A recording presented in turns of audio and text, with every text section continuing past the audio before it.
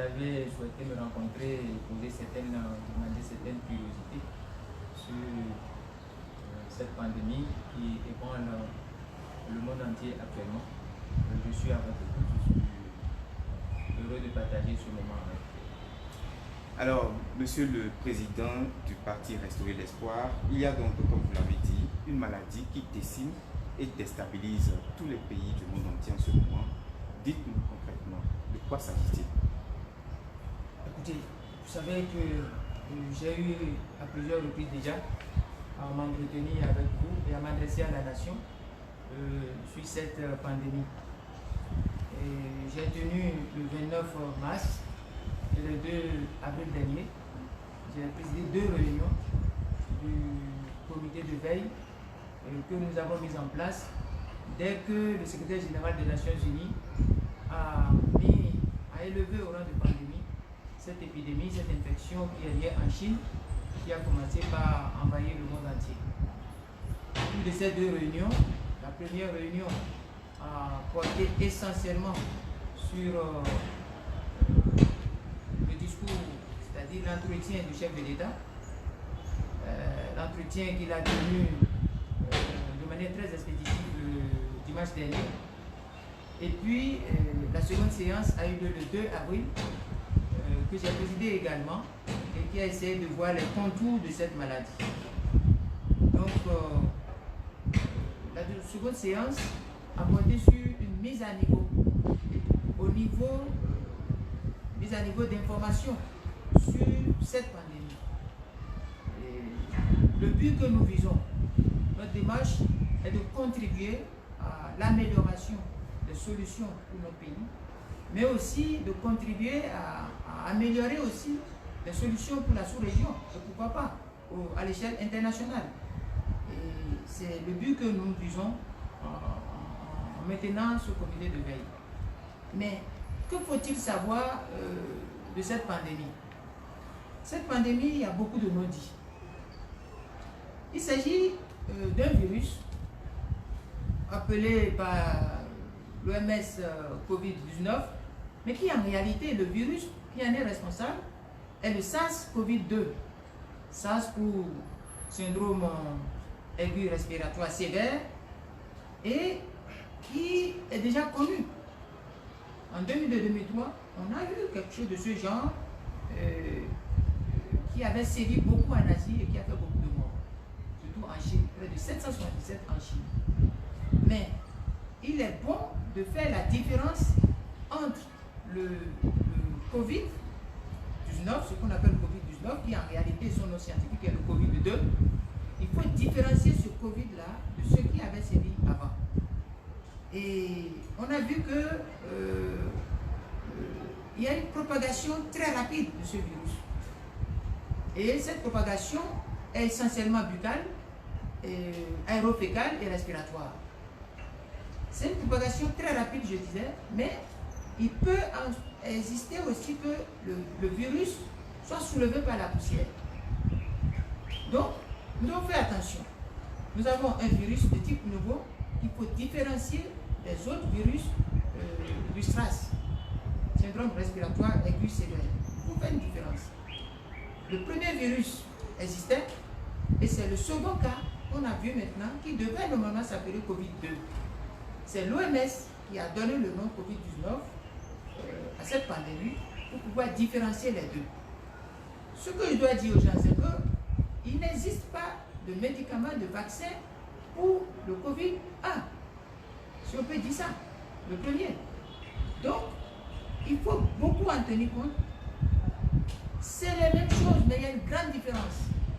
La différence ici tient à la propagation, au mode de transmission, et il faut aussi enseigner à nos populations que s'ils veulent s'en sortir, ils doivent retenir les choses suivantes. Il ne suffit pas simplement, lorsque nous parlons du coronavirus Covid-19, il ne suffit pas simplement de faire des tests de dépistage pour dire qu'on en est sorti. Non. Parce qu'il y a 30% des tests séronégatifs qui peuvent être faux. seuls les tests séropositifs sont sûrs. Secondo, la maladie attaque distinctement les groupes sanguins. Vous savez, nous avons 4 groupes sanguins. La maladie n'attaque pas de la même manière les groupes sanguins. Selon la littérature, il y a le groupe sanguin O qui serait un peu plus outillé, mais les autres groupes sanguins ne sont pas si outillés que ça. La maladie n'attaque pas aussi de la même manière les hommes et les femmes. Il faut aussi en tenir compte. Et il faut aussi tenir compte de quelque chose. La maladie, on dit souvent 14 jours de quarantaine. Vous avez entendu ça? Mais c'est faux. C'est faux. 14 jours de quarantaine, c'est faux. C'est pratiquement faux. 14 jours, c'est une moyenne. Quand on parle de 14 jours, c'est une moyenne. Il y a un paquebot, un navire de plaisance qu'on a appelé Diamond Pit, et des chercheurs ont pu relever des traces du scientifique, la scientifique génétique de ce virus 17 jours après qu'on ait évacué. 17 jours après qu'on ait évacué. Mais il faut faire très très attention sur ces notions. Il y a aussi que, bon, aucun médicament n'existe. C'est pourquoi vous avez les polémiques entre la chloroquine, tels que les antibiotiques, c'était pas le même de BCG. Puis il n'y a pas de médicaments à l'heure où nous parlons. Il n'y en a pas.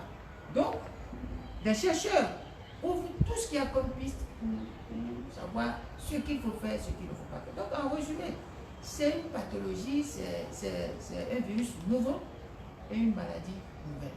Donc, en résumé, c'est ce que je peux vous dire sur ça. Donc, grosso modo, c'est l'OMS qui a baptisé ça COVID-19. Sinon, en réalité, c'est SARS-CoV-2. C'est ça. Voilà. Monsieur le Président, vous avez tout dit sur le coronavirus. Alors, comment faire face maintenant à cette pandémie qui décime autant les humains? Alors, lorsqu'on a une pathologie qui n'a pas de solution scientifique encore au niveau des épidémiologistes, des épidémiologues, des virologues, il se pose un problème. En tout premier lieu, il faut éviter des gestes comme... Voilà encore des choses qu'il est bon de savoir, qui font que je viens devant vous ce soir. Il faut éviter certains gestes qui ont été propagés, indiqués, préconisés, avec des tapages et des propagandes à la poitrine. Écoutez, au début de cette pathologie, on nous a dit quelque chose. On nous a dit d'éternuer dans le creux du coude. Moi, je vous dis non. Je vous dis non, c'est une erreur grave. On ne peut pas éternuer dans le creux du coude. D'abord, c'est sale, c'est salissant.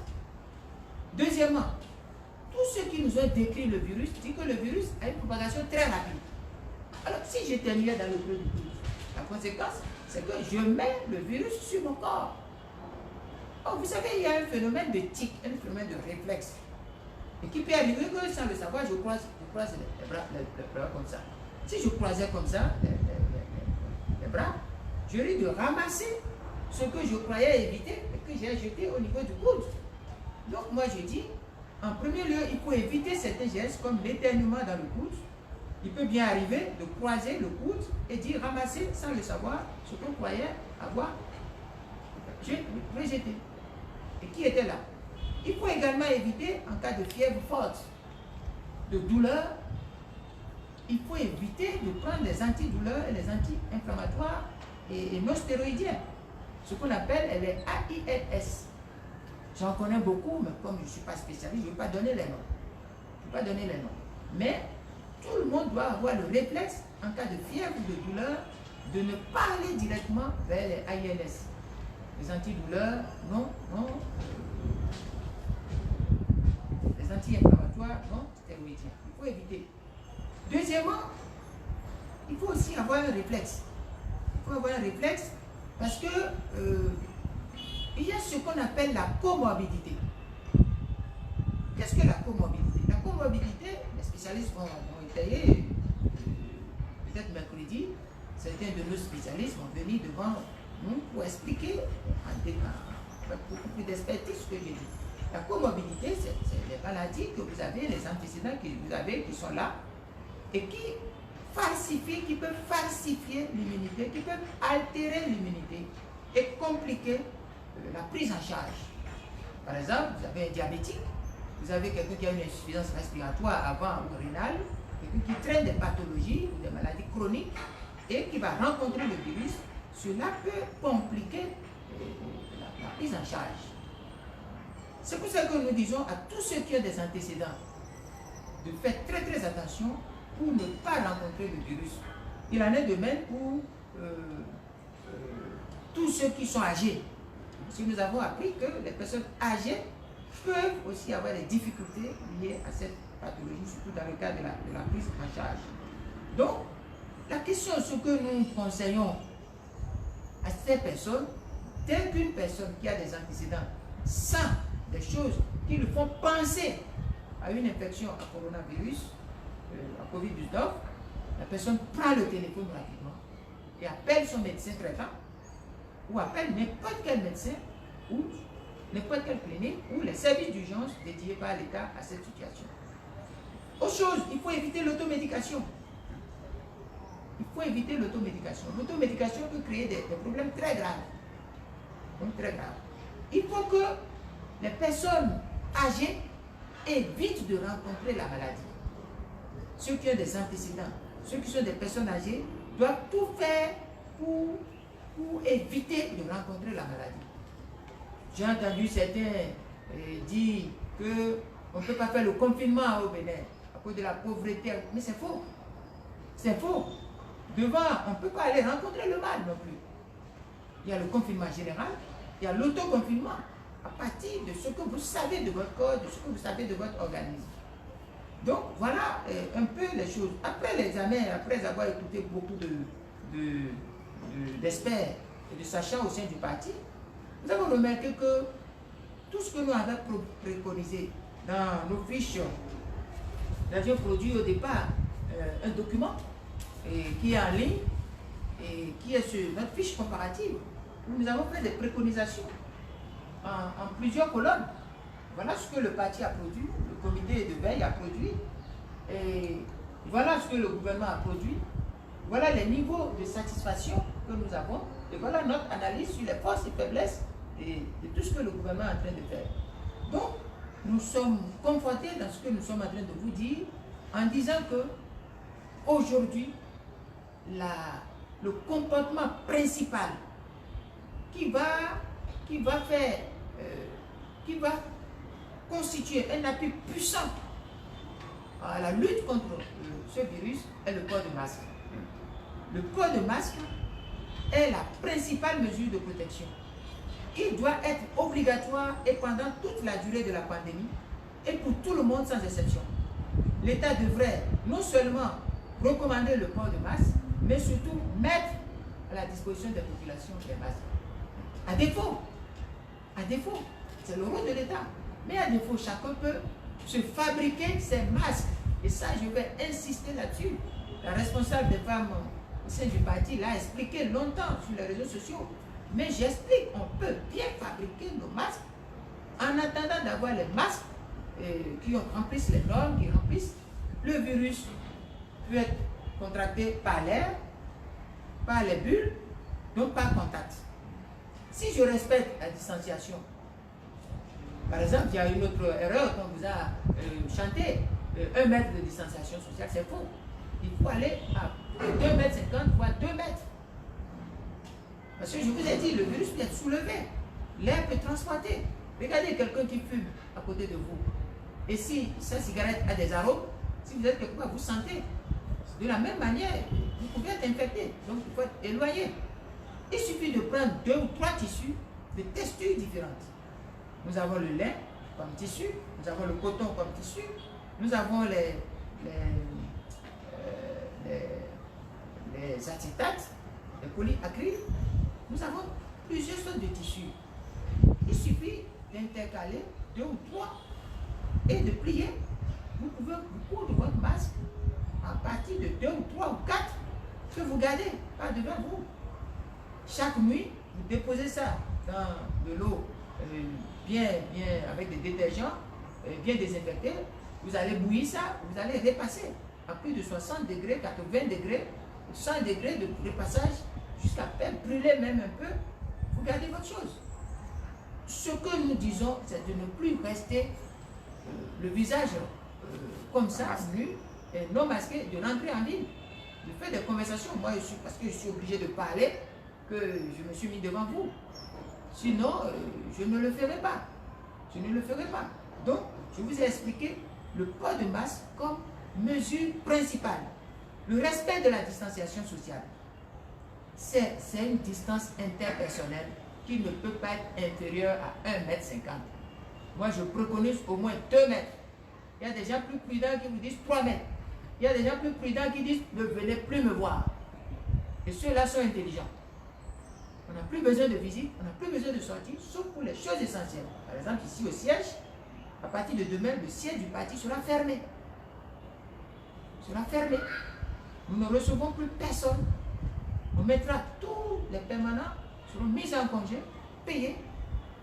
Et il y aura seulement un service réduit de 2 heures par jour. C'est tout. Parce que c'est un danger. Donc, il y a la distanciation. Et le recours à une hygiène régulière. L'hygiène régulière n'est pas seulement une hygiène des mains qu'il faut faire, mais l'hygiène de toutes les surfaces. Toute surface, tout corps qu'on peut toucher, ou qui peut vous toucher, tout passage ou tout couloir que vous pouvez emprunter doit être désinfecté au moins une fois par jour, si c'est dans votre maison. Et si c'est dans les services publics, au moins 2 ou 3 fois, autant de fois que nécessaire. Donc, c'est très très important. Donc, en somme, les populations doivent être largement informées et sensibilisées et éduquées sur la nécessité du port de masque et l'intérêt de son adoption par chacun. Les populations doivent être aussi largement testées. Parce qu'il faut tester largement. Parce que si on teste largement, on peut savoir quelle stratégie, quelle technique, quelle méthode de confinement il faut adopter. On ne peut pas dire ramasser tout le monde dit confinement. C'est une manière dangereuse d'accroître l'auto-infection. Donc, il faut nécessairement le port de masque, respecter la distanciation sociale et au niveau de grandes populations, procéder au dépistage massif des populations pour pouvoir déterminer zone par zone ou zone critique par zone ou concentration selon les informations, quel type de confinement il faut adopter. Parce que les gens parlent confinement comme il faut ramasser les détails sans les vacciner ou les séparer. On ne peut pas mettre des gens déjà infectés avec les gens qui ne sont pas infectés. Je pense aussi qu'on doit, en dehors des dépistages, aller jusqu'à avoir des centres de dépistage par département et par commune. Nous avons 77 communes. Le gouvernement devra mettre au moins 77 lieux de dépistage. Parce que les transports de population d'un endroit à un autre ne sont pas aussi très indiqués. Si on ne connaît pas l'état dans lequel est telle ou telle personne ou tel type de population.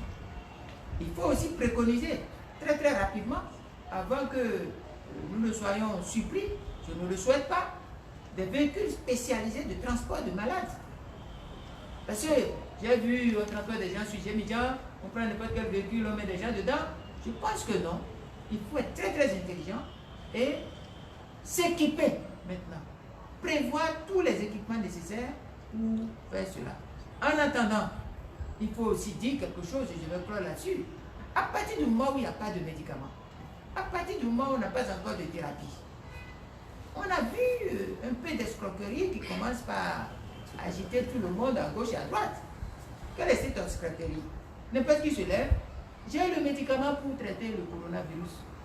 J'ai fabriqué tel médicament, non.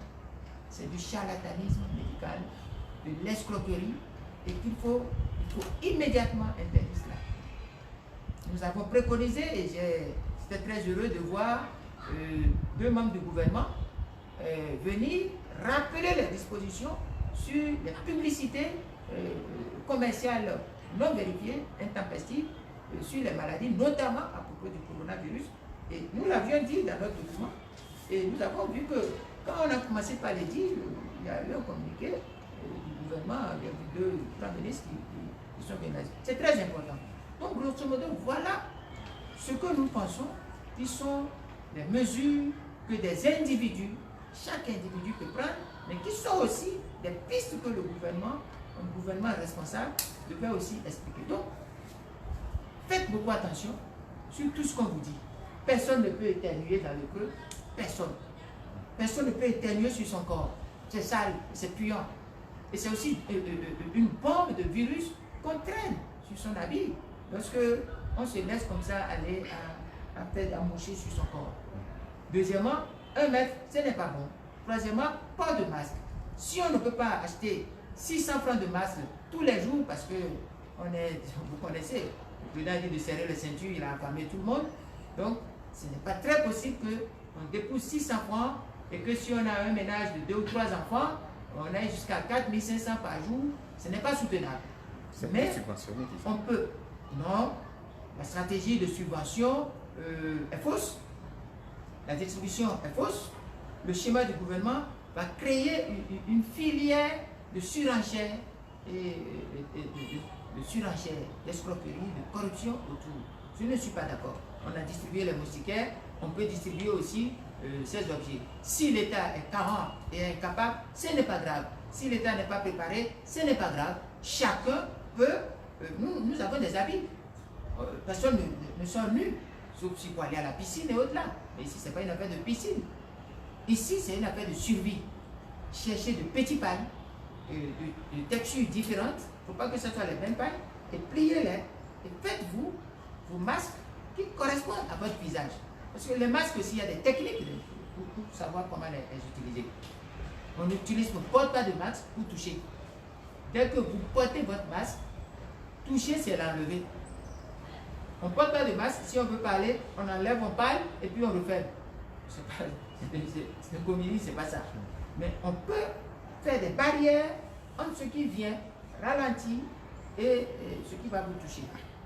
Si on n'a pas d'autres moyens, on va avec les moyens de bord. Moi, je vous conseille les moyens de bord. C'est ce que le comité de veille a demandé, que nous recommandons. Il suffit de nettoyer régulièrement et de ne pas rester dedans plus de 2 heures. Plus de 2 heures, vous changez. C'est quoi, il faut avoir 4. 4, ça peut faire un mois. Même un mois. Voilà ce que je peux vous dire parce qu'actuellement, il n'y a pas de médicaments. Monsieur le Président du Parti Restaurer l'Espoir, nous vous avons vu réagir quelques heures après la sortie ou l'entretien du chef de l'État. Dites-nous, pourquoi cette réaction? Oui, c'est une réaction, c'est la réaction minimale qu'on pouvait avoir. Parce qu'en examinant le rapport sur l'entretien du président Patrice Talon, rendu public dans la matinée du dimanche 29 mars 2020, le comité de veille désapprouve le format d'entretien. Le format d'entretien. Le président ne veut pas avoir un format d'entretien. D'abord, il est resté assis. Il a un format d'entretien, ce qui n'est pas bon. Ce n'est pas bon. Il doit avoir une posture debout, faire face à son peuple et s'adresser à son peuple. Même s'il va rester assis, il devait s'adresser à son peuple. Ce n'est pas bon. Donc le format n'est pas bien. Deuxièmement, le contenu de ce que le président a dit n'est pas bon. Le contenu, le président a dit, moi, la chose est grave, donc je suis resté pour réfléchir. Et je vois que, je n'ai pas de moyens. Je vois que nous sommes pauvres, vous êtes pauvres. Vous n'avez pas d'argent. C'est l'argent de veille que vous prenez pour payer la popote. Donc si je faisais ça, ce serait pas soutenable. Mais il est allé jusqu'à dire, moi, je pense que les autres pays, les pays qui font ça, sont des pays qui ont la planche à billets. C'est-à-dire qui coupent le. Mais là, c'est une méconnaissance totale de la politique monétaire et du jeu bancaire des billets et de la monnaie. on ne va pas à la planche si on n'a pas des réserves soutenables pour l'économie. Les billets de banque ne sont pas des choses virtuelles, imaginaires. C'est des choses qui s'asseyent sur une potentialité économique. C'est des choses qui sont compatibles à des réserves. Donc, dans l'ensemble, le discours l'entretien du chef de l'État est mauvais. Autre chose dans l'entretien du chef de l'État qu'il faut déplorer, les jeunes étudiants manifestaient pour le droit à la vie et manifestaient également pour le droit à un environnement sain. Et la police en a tué. Le président n'a même pas fait un clin d'œil. Silence total. Quand même, ce n'est pas un mouton qui a été tué. Et c'est les policiers, les hommes armés qui ont tué. Donc les hommes sous son autorité en tant que chef suprême des armées. On lui a confié les Béninois pour qu'on les tue. Et rien ne peut amener à se taire là-dessus. Donc, si nous voyons l'option du président, ce qui est encore très grave, il se réfugie derrière l'alibi de précarité pour fuir ses responsabilités. C'est une fuite de responsabilité. Et il va jusqu'à dire, chacun n'a qu'à se sauver. C'est une fuite de responsabilité. Il ne peut pas dire ça. Il ne peut pas dire ça. Parce que, si on observe très bien, c'est son gouvernement, sa politique qui a rendu économiquement obsolète le Bénin, socialement comateux le Bénin, et qui a rendu le Bénin moralement déprimé. C'est sa politique, il est responsable. Il ne peut pas évoquer ces arguments pour se soustraire. Et puis, vous étiez ici dans ce pays, quand le ministre de l'économie et des finances, quand les membres du gouvernement viennent chanter le Bénin, révéler, vent debout, tout feu, tout flamme. Et quand le président lui-même il vient, le Bénin révélé, tout feu, tout flamme. Mais il a fallu le Covid pour qu'on voit que c'est sur de la rouille qu'on mettait des peintures pourries. Il ne peut pas. Il ne peut pas, non. Moi, je ne veux pas vous dire que le président n'a pas encore parlé, il parlera. Jusque-là, il est en train de, excusez, il est en train de s'amuser. Il amuse d'abord la galerie. Il amuse la galerie. Il sortira l'argent. Vite, bien fait. Parce que l'argent est là. Et je vais vous démontrer plus tard où est-ce qu'on peut trouver l'argent, que l'argent est là. Donc, je dis que le comité de veille demande que le gouvernement prenne conscience. Il faut qu'il y ait une prise de conscience très rapide du gouvernement. Et ça passe par la mise en œuvre du principe d'isolement et la mise en œuvre du principe de précaution. Ces deux principes sont déjà évoqués dans ce document et dans plusieurs adresses que j'ai à faire. Qu'est-ce que le principe d'isolement? Le principe d'isolement, c'est la fermeture des frontières et de l'aéroport. Lorsque vous savez qu'un mal est né en Chine, le mal n'est pas né au Bénin. Ce n'est pas chez nous que le mal est né. Le mal est né ailleurs. Vous voyez qu'ailleurs, il y a des morts. Et ça circule. Vous voyez venir. Vous laissez vos frontières ouvertes. Je vais vous dire quelque chose. Tous les cas dont on parle sont des cas inventés. Puisque personne n'a généré le virus au Bénin.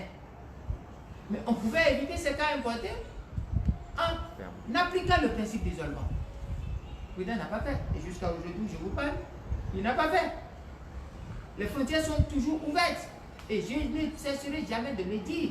Ce n'est pas parce que les autres ont fermé leurs frontières que nos frontières sont fermées. Et notre aéroport est toujours là. J'ai préconisé qu'on ferme les frontières, mais qu'on laisse les cargos, les marchandises, pour approvisionner. Et qu'on soumette à l'entrée tout le monde a un dépistage systématique. Il y a des tests de dépistage qui ne durent pas une journée. Il y a des tests qui font 10, 15, 20 minutes. Donc, ce n'est pas normal de ne pas appliquer le principe d'isolement. Le second principe qu'on n'applique pas aussi, c'est le principe de précaution. Ce principe de précaution dit quoi? En l'absence de thérapie, on évite le contact avec le mal. En l'absence de thérapie, on casse la vitesse et le circuit de propagation. Et la meilleure méthode pour le faire, c'est fermer les lieux publics. fermer les lieux publics. Vous savez combien de temps le gouvernement a fait pour qu'on aille dans le sens de la fermeture des lieux de culte? Je ne cesserai jamais de remercier l'Église catholique, l'épiscopat, la conférence des évêques du Bénin. Je les tire chapeau. Ils sont les premiers à dire non. Ils sont allés jusqu'à dire nos écoles, nous allons les fermer. 3 ministres du gouvernement se sont présentés, ont écrit, ils disent non. Non, pourquoi? Parce que selon ces 3 ministres, le ministre de la Santé, les élèves peuvent être, les écoliers peuvent être maintenus dans les écoles parce qu'ils seraient de meilleurs agents pour aller apprendre aux parents les hygiènes. C'est-à-dire, moi, mes enfants vont m'apprendre l'hygiène. C'est-à-dire, mon enfant, mon petit-fils viendra m'apprendre moi l'hygiène. C'est des absurdités de ce genre qui ont mis les enfants et qui ont laissé les écoles. C'est à cause des absurdités de ce genre que les étudiants, qui sont des lieux d'intelligence, ont dit non. Et c'est parce ils allaient contre ça. On en a tué. Avez-vous lu le communiqué du recteur qui a condamné cette tuerie? Est-ce que jusqu'à aujourd'hui, vous avez un communiqué du gouvernement qui a tué, qui a condamné cette tuerie? Mais non, on ne peut pas. Donc, il faut nécessairement les 2 principes. Le principe d'isolement, notre gouvernement doit appliquer, et le principe de précaution, notre gouvernement doit appliquer en fermant les écoles. Parce qu'on dit les congés, non. Ils doivent prendre la décision de fermer les écoles jusqu'à ce que nous voyons clair dans cette pandémie. Et même quand on va voir clair dans la pandémie, il faut attendre une période transitoire pour voir les répliques éventuelles, et les secondes vagues, les retours éventuels. Je pense que nous avons analysé ces choses-là et nous disons que tant qu'il n'y aura pas de consensus, on doit appliquer ces deux principes. Je voudrais aussi vous dire quelque chose qui va vous faire rire. J'ai analysé les plaintes de certaines personnes qui venaient des voyages et qu'on a mis dans les hôtels. Il y en a à qui on sert le même repas du matin jusqu'au soir. Il y en a à qui on donne le repas de toute une journée, on leur jette ça le matin. Il y en a même qu'on regarde comme des pestiférés. Le traitement était dégradant, humiliant, inacceptable. Je désapprouve ce traitement. L'indécence de ce traitement et l'inefficacité de cette option. Des questions se disent et le gouvernement doit répondre. Combien coûte aux contribuables béninois une seule personne mise en quarantaine? Quel est le coût d'une personne mise en quarantaine? Comme nous disent les hôtels et les coûts pratiqués. Pourquoi sur un même vol, on laisse certains aller à la maison, aller chez eux, aller à des endroits inconnus et on envoie d'autres dans les hôtels? Il faut que le gouvernement réponde à cela.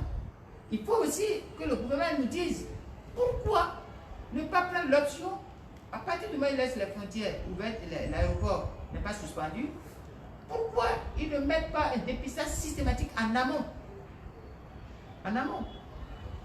Et aussi, il faut qu'ils nous disent pourquoi les vols au départ ne sont pas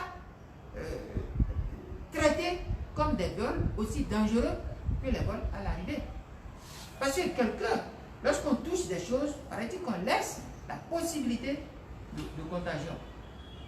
Donc, il y a trop de laisser aller, et quand on écoute le récit des voyageurs, on voit que le gouvernement a péché beaucoup par amateurisme, incompétence, inaction, fourvoiement, était à l'aide du coq à l'âne.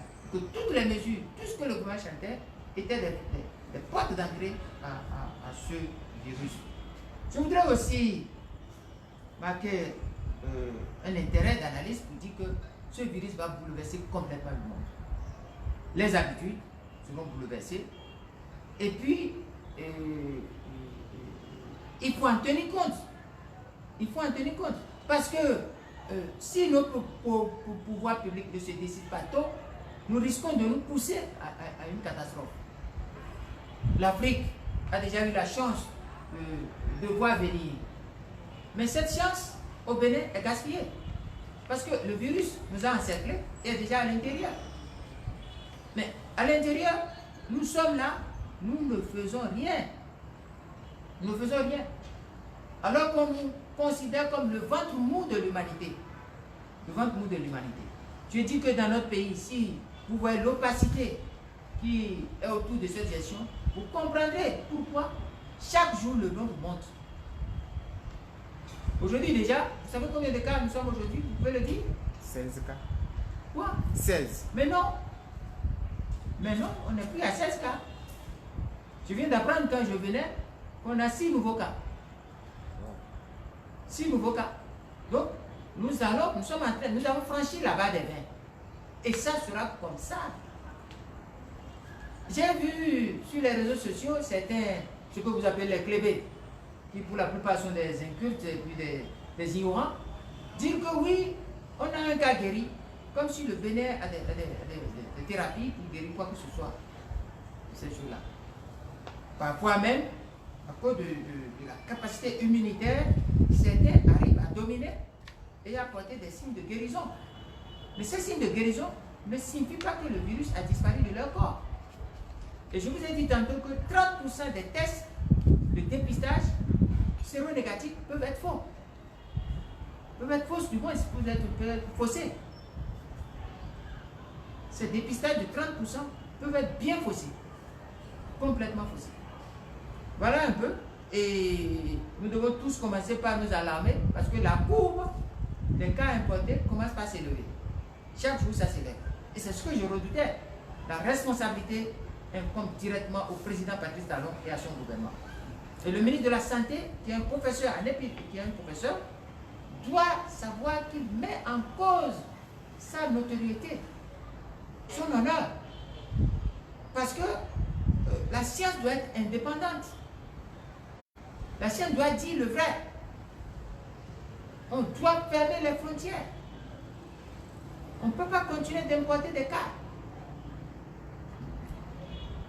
Moi, je pense que pour faire face, il faut mettre en place rapidement au Bénin une structure, une sorte de fausse taxe, une fausse taxe, une taxe force, j'allais dire, une taxe force bien constituée, qui va fonctionner comme un comité de pilotage multimodal. Et ce comité de pilotage multimodal doit être coordonné, présidé par un scientifique indépendant et de haut niveau. On ne peut pas continuer de laisser cette affaire aux politiques seuls. Il faut un scientifique indépendant de haut niveau qui doit prendre en main une task force multimodale dédiée à la riposte nationale contre cette pandémie. Et cette task force doit être placée sous l'autorité directe du chef de l'État. Cela fait quoi? Cela fait que le chef de l'État a la haute vue politique, mais il laisse la main technique, professionnelle, scientifique pour s'occuper de cette affaire.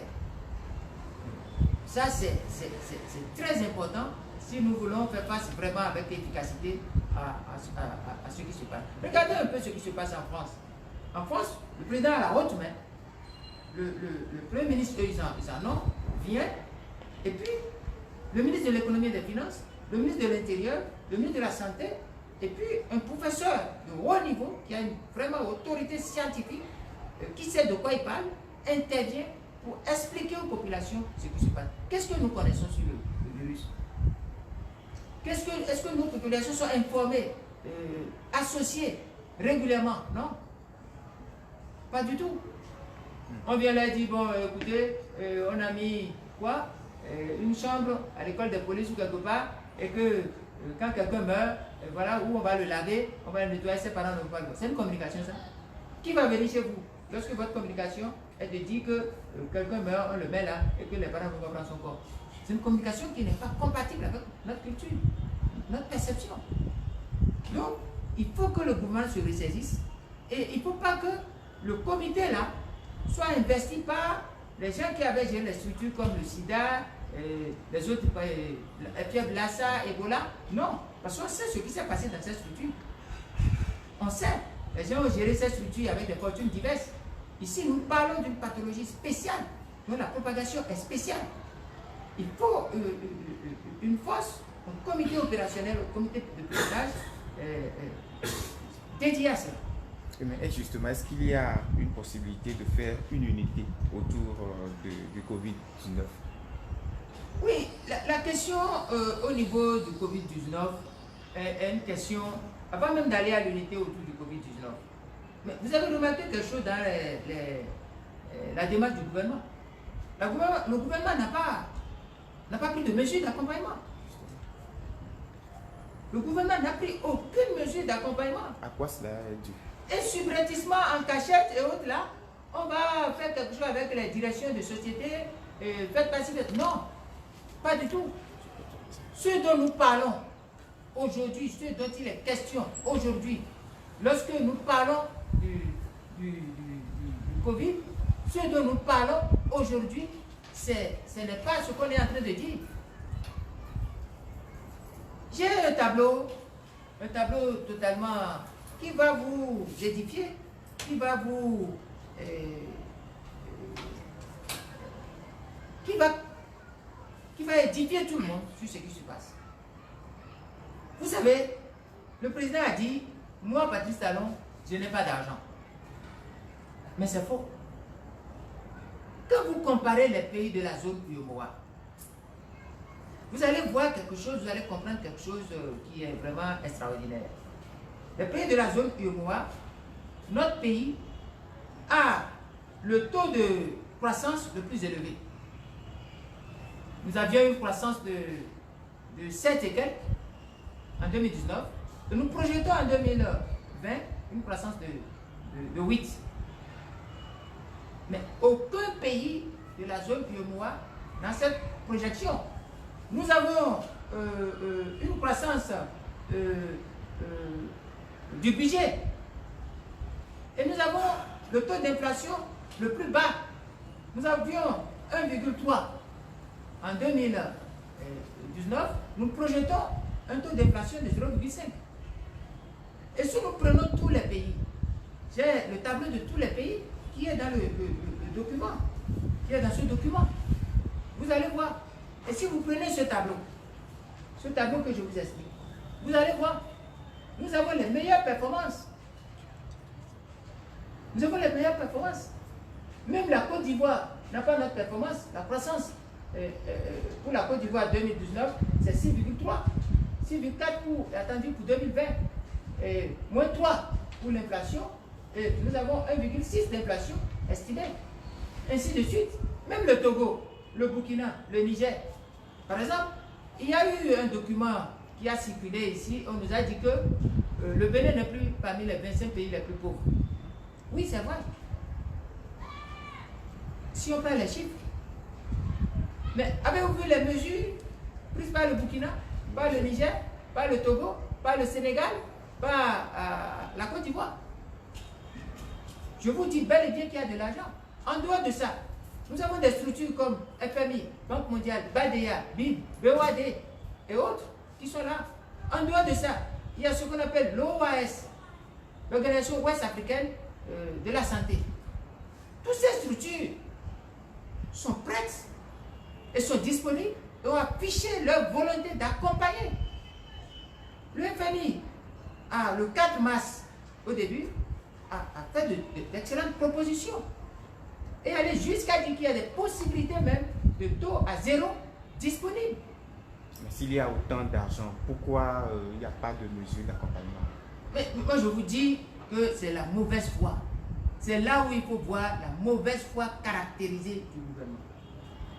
C'est une mauvaise foi caractérisée. Et cette mauvaise foi, je vais vous l'expliquer. Je vais vous l'expliquer, mais j'insiste sur quelque chose.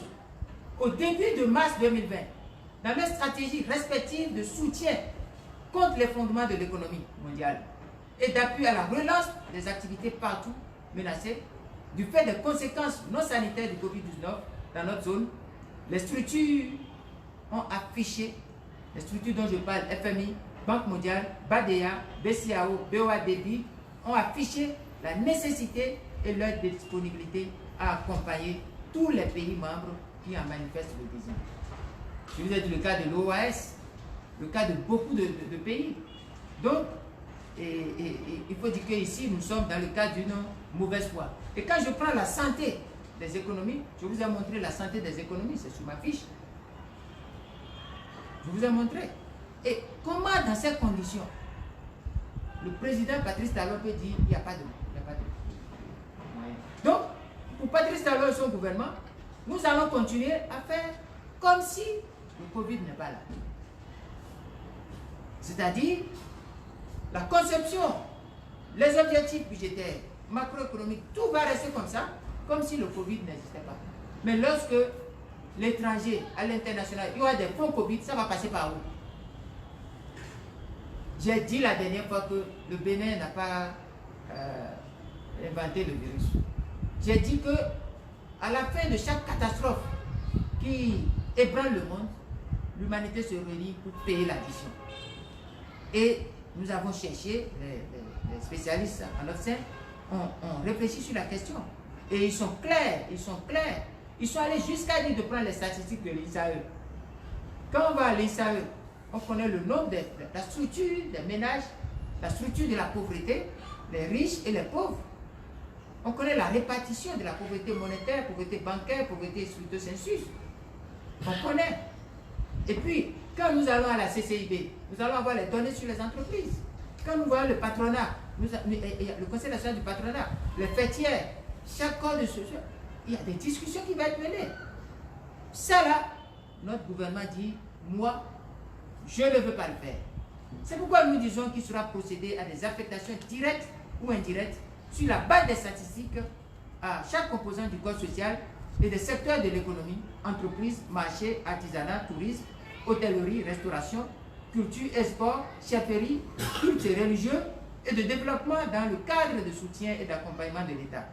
Il s'agit de recommander à notre pays et à ses dirigeants actuels un réel sursaut politique et technique face aux échos mortifères qui nous menacent de l'horreur du Covid. Cette horreur que nous entendons depuis la Chine, l'Italie, la France, les États-Unis, un peu partout. Nous devons aussi dire que l'eau, l'électricité, l'Internet et le téléphone, les conditions les plus vulnérables, les jeunes entrepreneurs, les petits métiers, les entreprises et les activités les plus exposées doivent être accompagnés et soutenus. Personne ne doit être laissé en rade. Tout le monde doit être soutenu parce qu'aujourd'hui, tout le monde est le maillon principal de la survie collective. Les pouvoirs publics doivent aussi savoir que quand on édicte des comportements, on doit trouver des mesures d'accompagnement, sinon ces comportements tombent à l'eau. Nous devons aller jusqu'à voir les stocks de sécurisation des produits alimentaires, des produits agricoles, des produits de grande consommation. Et pour cela, nous devons discuter avec les acteurs de cette chaîne, de cette filière, pour voir comment ne pas rompre la chaîne d'approvisionnement et comment aussi ne pas laisser les populations à la merci des véreux en renforçant le contrôle économique et renforcer le contrôle des prix sur le territoire national. La situation fiscale doit être revue. Dans tous les secteurs, surtout les secteurs de l'agroalimentaire. S'adapter rapidement au Covid. Les emplois, les droits sociaux doivent être revus. On ne peut pas renvoyer des employés maintenant. Et ça, c'est le rôle. Vous savez, les syndicats sont complètement à plat. Les syndicats n'existent plus. Donc, il faut qu'il y ait des voix pour suppléer ou pour réveiller certains syndicats qui sont complètement liquéfiés et inaudibles et les appeler à leur responsabilité. Des mesures fortes de soutien, de relance de l'activité économique doivent être mises en place. Parce que nous pensons que c'est maintenant qu'il faut agir. C'est maintenant qu'il faut agir.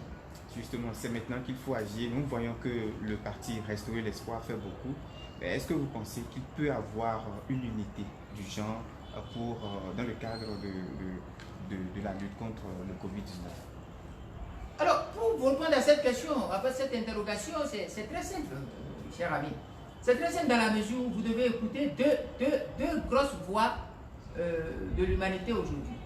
Il y a la voix de Guterres, qui est le secrétaire général des Nations Unies, et la voix de Ghebreyesus, qui est le patron, le directeur général de l'OMS. Les deux disent quoi? Que l'Afrique doit s'attendre à une vague. Les deux disent, si l'Afrique ne faisait rien, il y aura des millions de morts. Donc, les deux sont en train de nous faire sortir de notre léthargie, de notre attitude qui consiste à voir cette attitude attendiste qui crée beaucoup de désordre, qui coûte cher à beaucoup de pays. Je ne reviendrai pas sur les doctrines que j'ai exposées la semaine passée. Ceux qui vont voir mes vidéos sur YouTube vont voir les doctrines que j'ai expliquées. Mais ici, ce que je dis, c'est que le Covid appelle l'unité de tout le monde. Nous devons être unis pour faire face. Et je vais faire un clin d'œil que je ne voulais pas, mais je suis obligé de le faire.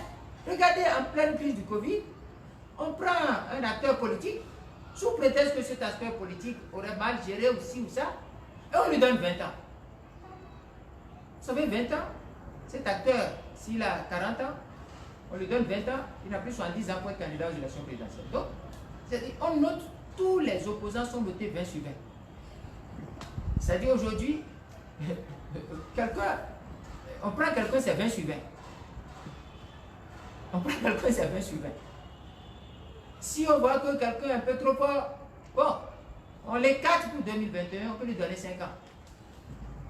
Et après, on verra le reste. On n'a pas besoin de ça. D'autant plus que je suis convaincu qu'il y a beaucoup de querelles politiques qui sont artificielles et qui sont dues simplement à quoi? À la confiscation, à l'exclusion, à la confiscation au pouvoir solitaire.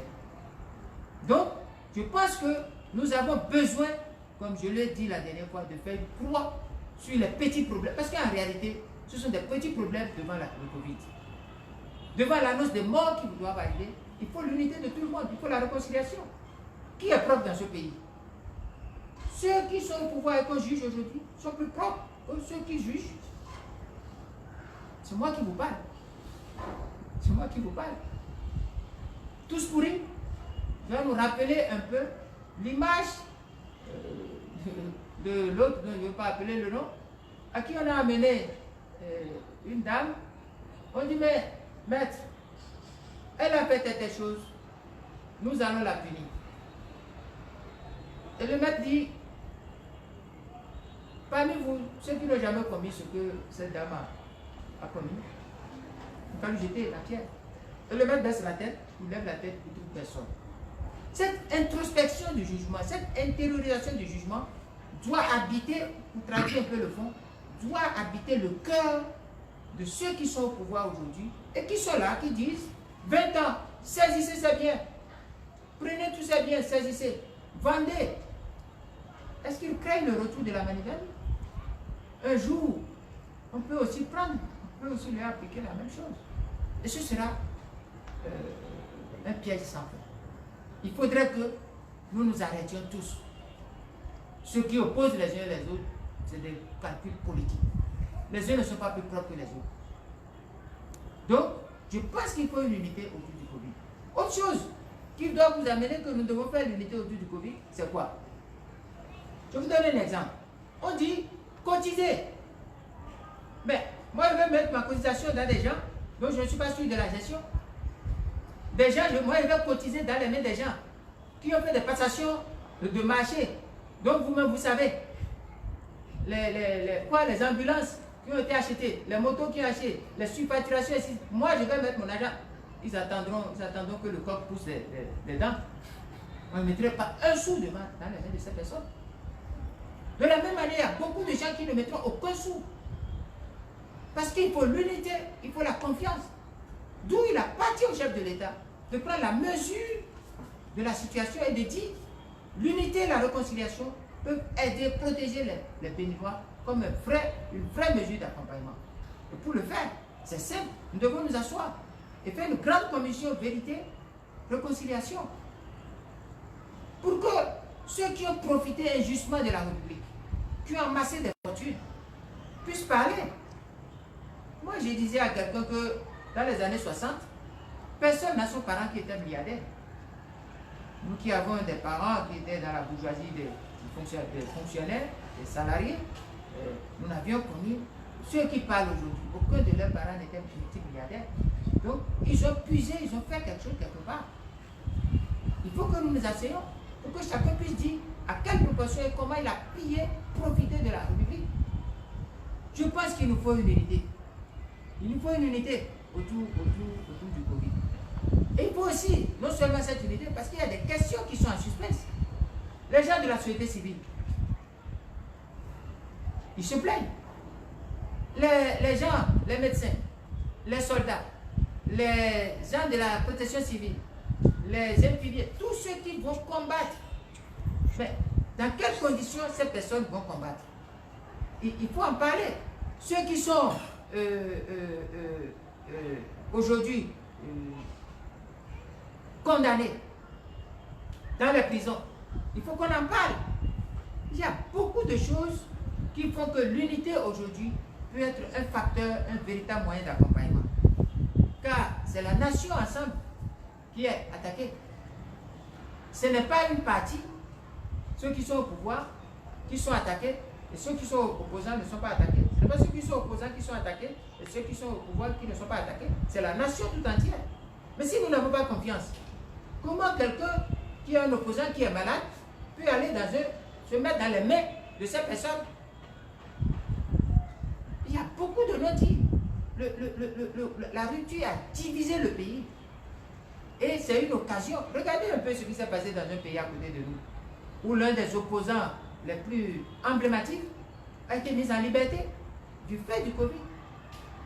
Nous ne pouvons pas faire ça.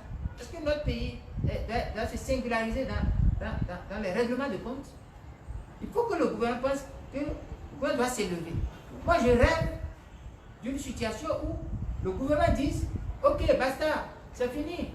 Ce n'est pas parce que c'est fini que ceux qui sont exilés vont prendre le premier avion et venir, on va les mettre en quarantaine. Mais le fait de se savoir appelé par son pays, de savoir impliqué dans tout ce qui se fait, considérer, ça va décompresser la tension dans laquelle nous sommes, et puis ça va contribuer énormément à renforcer la riposte nationale. Et je pense aussi que nous devons tous être sur pied de guerre.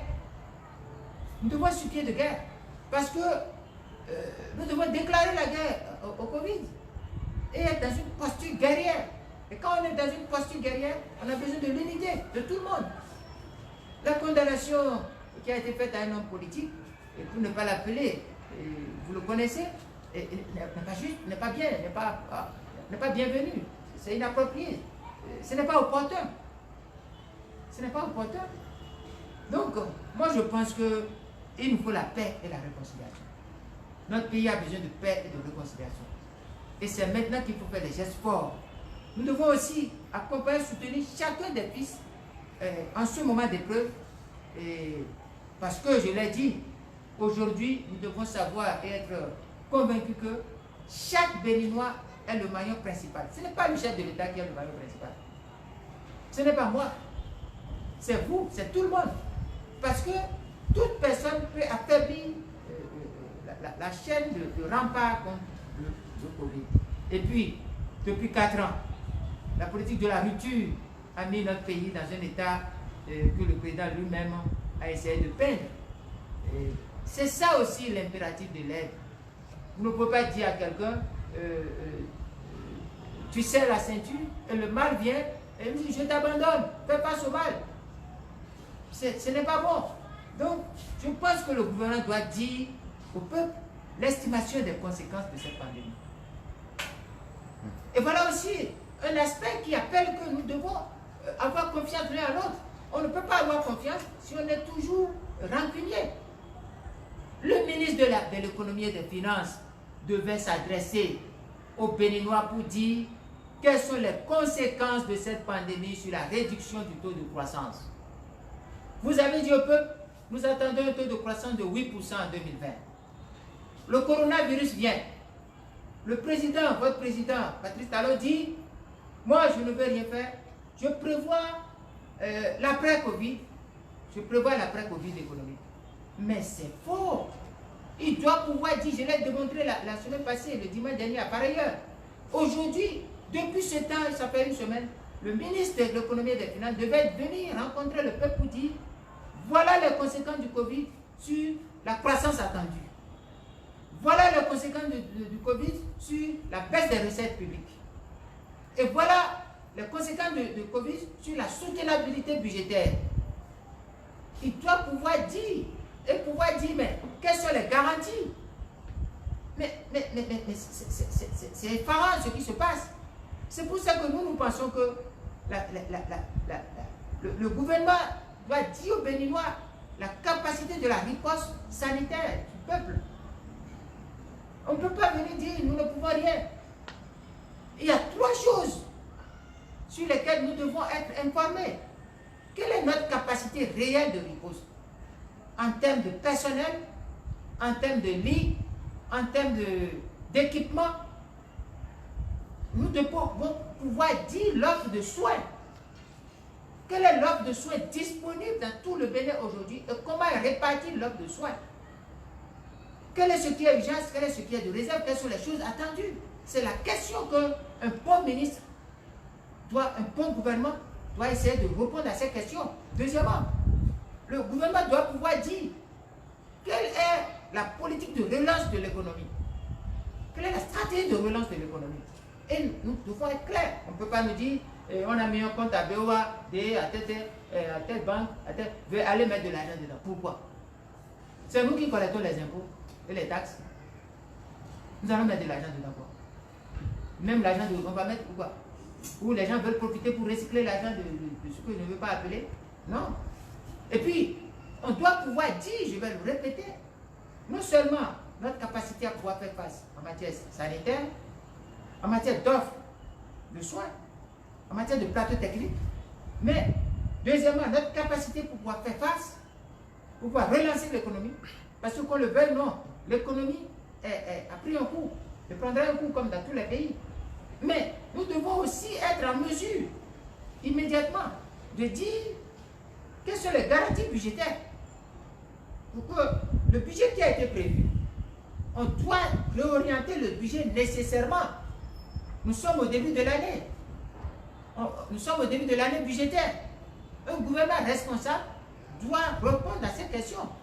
Mais pourquoi? Parce que le pays n'est plus un pays.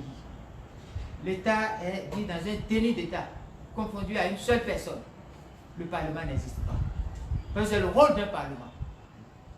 Si un Parlement réel existait, quand nous on était des députés, avant que le gouvernement ne vienne à l'Assemblée, le gouvernement demande si tel députés sont présents. Aujourd'hui, il n'y a pas de Parlement, il n'y a rien. Si bien que vous n'avez aucune visibilité, vous ne pouvez rien savoir sur ce qui se passe. Vous êtes dans l'obscurité totale, l'obscurantisme total. Et c'est dans cette condition qu'on publie partout qu'il faut cotiser près de solidarité. Non. Donc, moi je vais vous dire quelque chose. Le Bénin traverse une situation très grave. Le Bénin vit dans une gouvernance par la terreur, avec le recours à la force et à l'utilisation criminelle des armes à feu, contre toute l'expression des libertés et toute revendication des droits fondamentaux. Le pouvoir dans tous ses compartiments fait l'apologie de la dictature. Il nous faut nous asseoir. Depuis la survenue de cette pandémie, le gouvernement s'est lancé dans une navigation à vue qui manque totalement de crédibilité pour assurer, pour faire adhérer l'ensemble de la communauté nationale à sa riposte obsolète. Le gouvernement doit changer de cap. La boussole doit cesser d'être la course vers un taux de croissance. La boussole de Patrice Talon et de son gouvernement, ils doivent changer de boussole. Ils ne peuvent plus, dans cette situation, être dans la boussole de course derrière les taux de croissance artificiels. C'est un taux de croissance qui tue, qui déchire, qui jette le peuple dans la précarité et qui compromettent la survie des populations. Plusieurs questions comme celles touchant au corps médical, à l'implication des forces de sécurité et de défense, des structures de sécurité doivent être posées. Les syndicats sont tous domestiqués et au silence. J'ai lu un communiqué de la RAC qui dit exactement ce qui a nui aux Chinois, c'est-à-dire la répression des rumeurs sur le Covid. Non. Le Covid doit laisser le champ libre à toutes sortes de rumeurs. Et j'ai été scandalisé lorsque la RAC dit encourage que on répercute tout ce que le gouvernement a dit. Donc si le gouvernement disait des erreurs, on va répercuter. Mais non. Mais non. Toutes ces choses montrent que nous devons nous asseoir. Et c'est pour toutes ces choses que nous parlons de l'indépendance de la science. Et cette indépendance de la science ne peut exister que lorsqu'on met un comité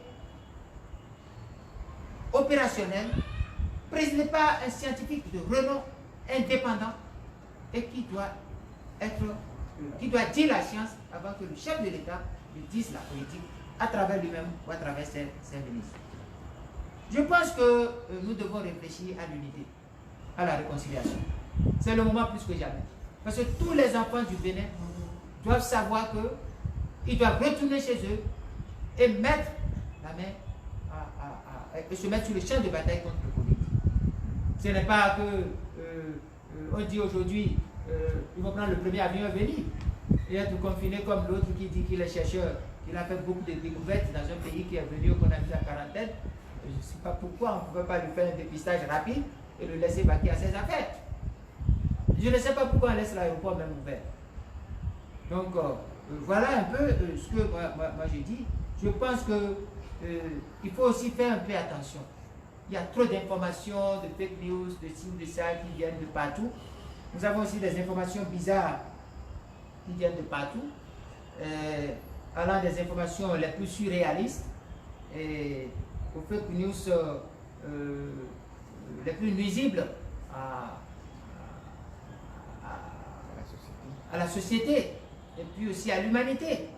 Parce qu'il y a même des fake news racistes, il y a même des déclarations qui sont douloureuses pour certains humains.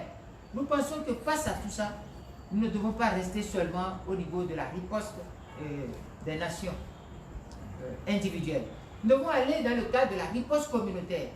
Et l'approche communautaire a été évoquée par le président du Niger, le président Issoufou du Niger, qui a évoqué l'approche communautaire. Je sais que le 14 février, il y a eu une réunion à Bamako, une réunion des ministres de la Santé à Bamako, pour réfléchir sur comment au niveau de notre communauté, de la communauté de la CEDEAO, on va s'occuper de cette pandémie. Mais je dois vous dire que cette réunion a été sous l'égide de l'OAS, Organisation Ouest-Africaine de Santé. Pour ceux qui ne connaissent pas, l'OAS est une structure qui est née de la fusion de l'ancienne structure épidémiologique de l'AOF, l'obédience française, et de l'ancienne structure anglophone de Homologue. Les deux ont fusionné pour donner ce qu'on appelle l'Organisation Ouest-Africaine de Santé. C'est une structure spécialisée de la CEDEAO qui s'occupe de la surveillance des infections au niveau de notre sous-région et qui a pour vocation d'assurer l'harmonisation des politiques de santé, des politiques de la CEDEAO en matière de santé et d'appuyer un peu les populations en termes de politique de santé, d'équipement et d'infrastructure et aussi de mise à niveau parce que l'OAS a pour vocation de donner les meilleures prescriptions, les meilleurs référentiels de santé possibles à Mais je sais aussi que l'OAS a fait beaucoup d'efforts en fournissant des kits à beaucoup de pays, des kits de dépistage, des équipements interpersonnels, et parfois même des moyens d'accompagnement. Et je sais que jusqu'au 7 avril, l'OAS va évoluer. Mais ce sur quoi je ne suis pas d'accord, c'est les objectifs de la réunion de Bamako doivent être renforcés. Parce que quand cette réunion avait lieu à Bamako, le 14 février, on n'avait pas connu beaucoup de cas. Aujourd'hui, il y a beaucoup de cas. Au Sénégal, en Côte d'Ivoire, au Nigeria, en passant par le Bénin qui commence par grimper. Il faut que l'OAS redouble d'efforts. J'encourage ce qui est fait. Je remercie le professeur qui dirige cette structure. Mais ils doivent redoubler d'efforts. Pourquoi? Parce que nous apprenons des choses graves sur les tests, les vaccins, l'Afrique du Sud comme cobaye, ces polémiques qui sont totalement stressants, déshonorants pour nous. Les pays pris séparément ne peuvent pas faire face. Il faut que l'harmonisation de la riposte soit prise en compte sérieusement par l'OAS. Il faut que l'OAS sorte de l'aspect des préconisations de 14 avril pour aller vers une structure, une sorte de force régionale à l'image de l'écomog de la santé. Puisque nous sommes en guerre aussi, il ne faut pas se leurrer. Quand le monde dit qu'on est en guerre, vous pouvez aimer la France, vous pouvez ne pas aimer la France. Moi, je dirais chaque fois que je viendrai que nous avons presque des seins liés. Lorsque la France dit nous sommes en guerre, le Bénin doit savoir que le Bénin aussi est en guerre, que le Bénin veuille ou non. Et notre guerre ici, nous ne pouvons pas mener la guerre seule. Nous devons mener la guerre en compagnie avec les autres. Comment les autres ferment leurs frontières, nous ne fermons pas. Comment les autres suspendent les aéroports, nous ne suspendons pas. Comment nous importons des cas de Covid alors que les autres refusent l'importation des cas de Covid. Donc, c'est ça. Comment les autres ferment les écoles, nous laissons nos écoles ouvertes. C'est la cause des problèmes. D'où l'Ouest doit prendre les taureaux par les cornes et aller jusqu'au niveau de la CEDEAO à se constituer en une force de riposte communautaire au niveau de la sous-région. Et renforcer et garder cette permanence même après la vague de la pandémie. Parce que le Covid a révélé l'obsolescence des politiques publiques en matière des hôpitaux et des soins de santé. Le Covid, la pandémie a révélé beaucoup de choses. Donc, pour lesquelles, je le dis, je ne cesserai jamais de le dire, le monde après Covid ne sera plus jamais le monde que nous vivons.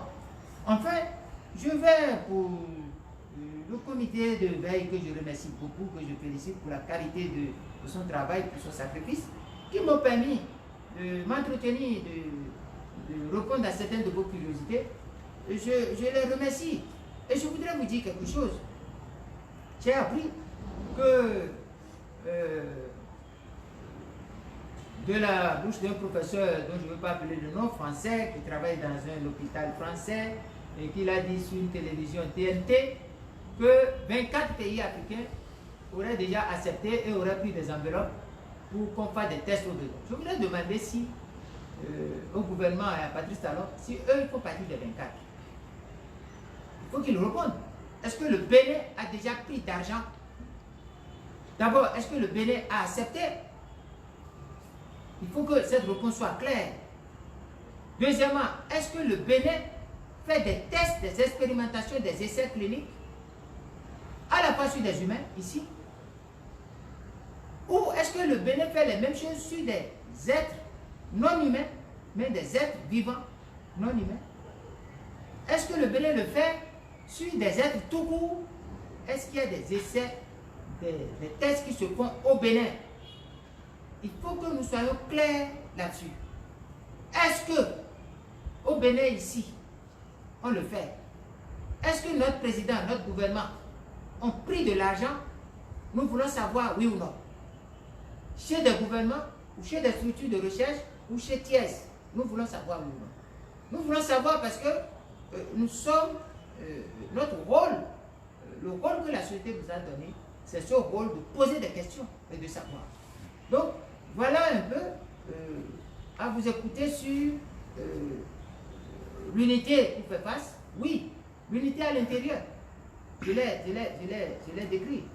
Oui, l'unité au niveau de la sous-région, je l'ai décrit. Oui aussi, l'unité à l'échelle internationale. Est-ce que nous sommes en partenariat de recherche? À quelles conditions? Parce que la riposte doit être à tous les niveaux. Parce que ce mal traverse les frontières et ne fait pas de différence entre les races. Voilà un peu ce que je peux dire. Je ne sais pas si vous avez d'autres interventions. Je crois que, Monsieur le Président, vous avez parcouru plusieurs aspects de la pandémie au Bénin et en Afrique. Alors dites-nous, quelle est votre conclusion? Oui, ma conclusion, c'est de vous dire combien de fois je suis heureux d'avoir fait cet entretien que vous m'avez demandé, parce que vous avez dit que vous avez souhaité, vous êtes un certain nombre de gens délégués par des sections venues d'un peu partout du pays. Il y a la section de l'Atakora, il y a la section du Borgou, la section de Colline et la section de Cotonou. Vous voulez savoir ce qui se passe, mais curieusement, vous n'avez pas posé de questions sur le cordon sanitaire et la stratégie de bouclage. je vais conclure en disant que le cordon sanitaire est du pipeau.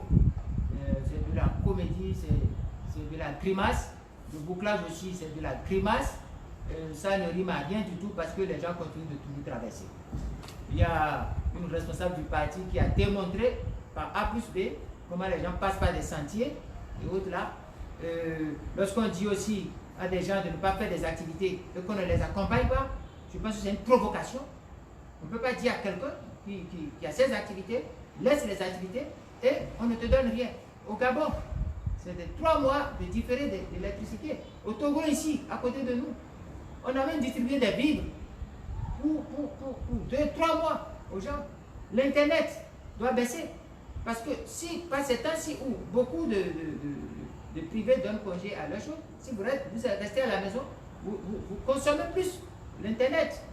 Les forfaits qui finissent rapidement, il faut les voir. On ne peut pas vivre sur le dos du Covid. Il y a beaucoup de choses qu'il faut voir. Les petites entreprises qui sont créées nouvellement vont payer quelle taxe.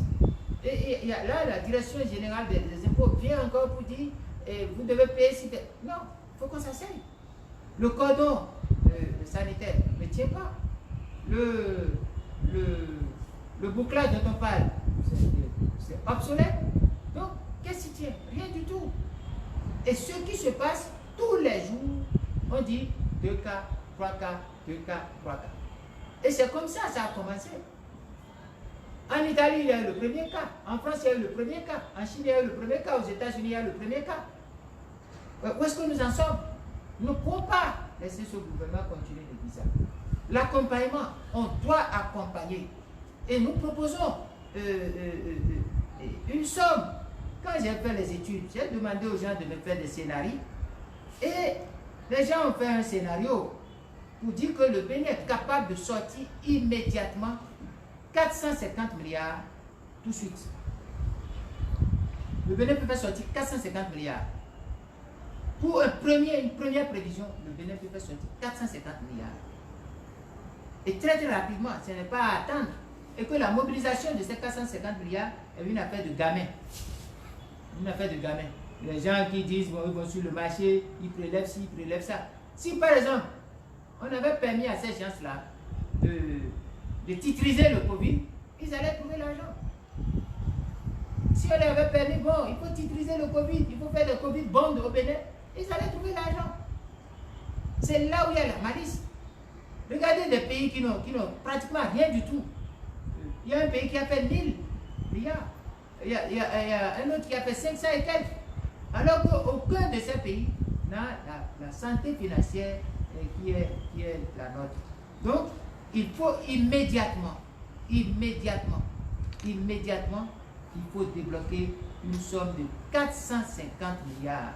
Nous parlons de 450 milliards pour un fonds de soutien, un fonds global, un plan général dont nous avons les détails.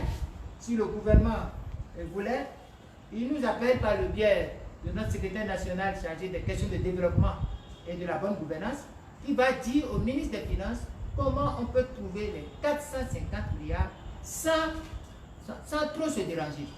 Et ces 450 milliards vont permettre de faire ce que nous sommes en train de dire, tout ce que nous avons décrit, tout ce que nous avons illustré. C'est le minimum. C'est le minimum. Nous pouvons aussi dire, nous avons dit, si vous avez bien suivi, qu'il faut tout faire aussi pour aller dans le sens, qu'est-ce que j'ai dit même, je me suis même trompé, pour aller dans le sens d'accompagner les ménages les plus vulnérables. Nous pouvons aussi réserver environ 150 milliards, 100 milliards comme ça, pour soutenir les plus faibles. Donc si nous prenons les 450 milliards plus les 100 milliards, nous pouvons trouver une somme globale de 550 milliards, 540 milliards pour faire face. C'est possible de dégager ça. Et je dis bien, si le gouvernement est intéressé, et le gouvernement doit le faire. Notre secrétariat au développement et à la bonne gouvernance peut aider le ministre à trouver rapidement ces 540 milliards globales en essayant d'affecter des sommes à la soutenabilité des entreprises, à l'accompagnement, des sommes aux petits. Même, regardez, la dame qui vend des galettes, ce qu'on appelle la taco tebico. Lorsque vous supprimez les activités des églises. Et que la dame là vient s'asseoir devant l'église les dimanches. Il y a des églises qui font 5 messes. Mais vous avez supprimé ce que la dame va manger. Vous savez ce qu'on appelle dans un pays à côté? On a mis une somme à côté. Et le gouvernement envoie des transferts d'argent dans les comptes de ces personnes. Un autre pays a décidé de mettre 184 000 sur 3 mois. Ici, on dit, on ne fait rien, on doit rien faire. Non, nous avons cherché les fonds. Où est-ce que les fonds peuvent être trouvés? Nous les avons cherchés et nous avons fait le total. Il y a une partie qui est 450, une partie qui est 100 et quelques. Et en ramassant le tout et en affectant, nous sommes arrivés à un total de 540 milliards minimum. Si notre gouvernement veut être un gouvernement responsable, le plan de riposte doit coûter au démarrage 540 milliards. Là, nous pouvons faire face à soutenir la baisse de croissance, à soutenir la relance, à garantir la soutenabilité budgétaire. Nous pouvons aussi faire face plus efficacement à l'offre de santé publique. Nous pouvons faire face à cela. Et c'est banal de trouver ces fonds. Lorsqu'on voit la disponibilité de FMI, de la Banque mondiale, de la BOAD, de la BCAO, de la BID, de la BADEA, de la BAD, lorsque nous voyons la disponibilité même des fonds que l'OAS est en train de mettre à la disposition des pays, et aussi des équipements qu'on envoie au cela. Donc voilà un peu ce que j'ai à vous dire. Je vous remercie d'avoir relancé cette question et qui m'a permis de dire que non seulement nous avons porté des critiques sur la faiblesse et l'absence du plan de riposte, nous avons fait des propositions renforcées sur les anciennes propositions. Nous avons dit la santé financière de notre pays par rapport aux pays de la sous-région sur papier. Parce que nul ne peut se prévaloir de sa propre culture. Nous ne pouvons pas dire tout va bien, tout va bien. Donc vous dites de venir et puis vous êtes là partout. Je suis belle, on vous met à l'épreuve et vous n'êtes que fond de teint et maquillage. C'est pas sérieux. C'est pas sérieux. C'est pas sérieux. Et nous avons proposé, chiffré, et nous disons où on peut trouver. On peut même faire des réallocations budgétaires. Nous sommes au début de l'année budgétaire. Si le Parlement était fait de vrais députés, si ce n'était pas les 83 copains qu'on a mis là-bas, ils devaient déjà poser des questions au gouvernement, même pas vidéoconférence, et élaborer, mettre pression pour qu'un collectif budgétaire arrive, voir les conditions de pauvreté tirées des statistiques de l'INSAE et aussi des documents au niveau de la chambre consulaire, du patronat, des corps des métiers, des chambres des métiers, des petites activités et aussi au niveau des chefs quartiers, des chefs d'arrondissement pour voir comment on peut soutenir les populations et les disposer à faire face. Voilà un peu ce que je à vous dire. Il ne sert à rien de dire on dirige une nation et lorsque la nation est en difficulté de se barrer et de faire le privilège, le choix de business contre le choix de la vie. Rien ne vaut la vie. La vie est ce qui est principal. Ce dont je suis fier, je vais terminer là-dessus. Qu'on le veuille ou non, le monde après Covid changera définitivement les choses. Et chacun sera mis devant sa responsabilité. Aujourd'hui, je suis en train de parler comme ça. Mais quand le Covid va évoluer un peu, je ne parlerai plus comme ça. On mettra chacun devant ses responsabilités. Celui qui est incapable n'a qu'à démissionner. Si le gouvernement est incapable de protéger le peuple, le gouvernement n'a qu'à s'y passer.